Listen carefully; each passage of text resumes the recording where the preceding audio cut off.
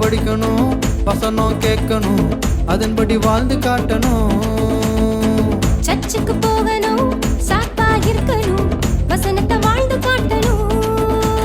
வேணா வேணா வேணா இந்த மொபைல் போனு, வேணா வேணா வேணா இந்த பப்ஜி கேமு.